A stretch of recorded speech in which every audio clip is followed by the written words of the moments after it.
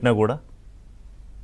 లేదు ఋషి గారు, ఇప్పుడు జగన్మోహన్ రెడ్డి ఈ మెడికల్ కాలేజీల ఇష్యూ తీసుకొని వచ్చి దీని మీద రేపు 12వ తారీఖు రోజున రాష్ట్ర వ్యాప్తంగా అన్ని నియోజకవర్గాల్లో కూడా ర్యాలీని తీసుకోవడం అని చెప్పి ఒక కార్యక్రమం టేకప్ చేశారు.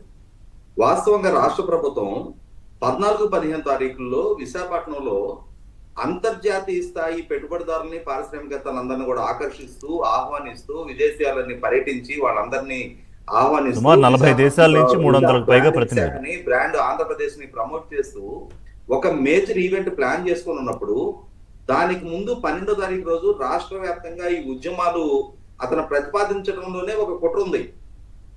ఖచ్చితంగా అలజడులు సృష్టించాలి, రాష్ట్రంలో శాంతి భద్రతలు లేవు అనే అభిప్రాయం కలిగించాలి.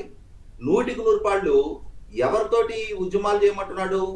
ఎవరైతే పెళ్లిళ్లలో కూడా డీజేల దగ్గర రప్పా రప్పా అని చెప్పని గొడ్డళ్ళు పట్టుకొని చిందులేస్తా ఉన్నారో, ఇతని ఉన్మాదానికి ప్రేరేపితులయ్యి ఇతని అడుగులేస్తా ఉన్నారో వాళ్ళని ఉద్యమాలు చేయమంటూ ఉన్నాడు. అటువంటి వాళ్ళు చేసే ఉద్యమాలతోటి సిఐఏ కన్వెన్షన్ కు ముందు రాష్ట్రంలో ఒక అలజడి, బ్రాండ్ ఇమేజ్ దెబ్బతీయాలనేది మెయిన్ మోటో. అలజడి సృష్టించాలి, లా అండ్ ఆర్డర్ సిచ్యుయేషన్ ఈ స్టేట్ లో బాలేదని ఒపీనియన్ కలిగించాలి, ఈ రాష్ట్రం వైపు పారిశ్రామిక పెట్టుబడులు రాకూడదు అనే ఒక కుట్రకోణంతో అతను వ్యవహరిస్తా ఉన్నాడు.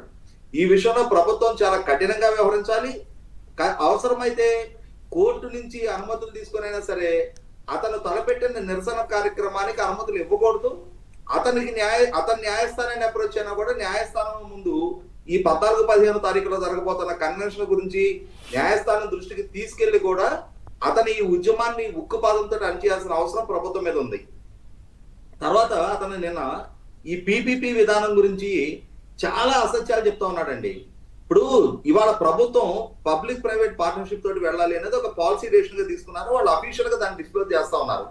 కానీ జగన్మోహన్ రెడ్డి ప్రభుత్వ రంగంలో కాలేజీల నిర్మాణం చేస్తున్నాను అని చెప్పి మరి 2023 జూలై 19వ తారీఖు జీవో నెంబర్ 107 అండ్ 108 తీసుకొచ్చాడు. ఆ జీవోలో ఉన్న మతలం ఏంటి?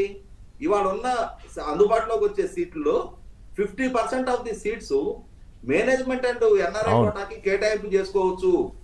12 లక్షలు, 20 లక్షలు, 35 లక్షల ఫీజు స్ట్రక్చర్ తోటి ప్రభుత్వ కాలేజీల్లో మేనేజ్మెంట్ కోటా అనేది మనం ఇప్పటి వరకు ఎప్పుడు ఎక్కడా విన్నా. ఆ విధమైన పాలసీని అందుబాటులోకి తీసుకొచ్చి ఆల్రెడీ ప్రైవేటీకరణ మొదలుపెట్టిన వ్యక్తి జగన్మోహన్ రెడ్డి. అసలు అతను ఈ రోజు ప్రభుత్వం 50% మేనేజ్మెంట్ కి కేటాయింపు చేస్తా ఉంది అంటే 50% కన్వీనర్ కోటాలో ఉంటున్నా కూడా ఈ ప్రభుత్వం కూడా 50% మేనేజ్మెంట్ కోటా కేటాయింపు చేస్తున్న దాన్ని తప్పు పడతా ఉన్నాడు. మరి ఆ జీవోని తీసుకొచ్చింది నువ్వే కదా అసలు. అది ఒకటి బలంగా తీసుకెళ్ళడం ఒకటిను.